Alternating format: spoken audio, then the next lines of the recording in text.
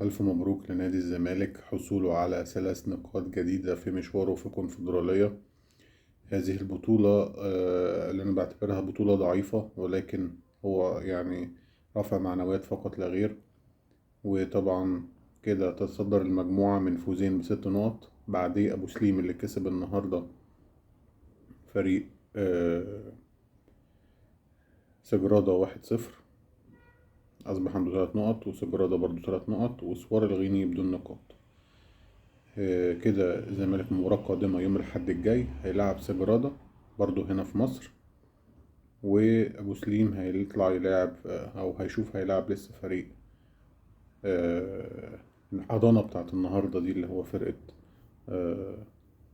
سوار الغيني. فريق تعبان أوي يا جماعة.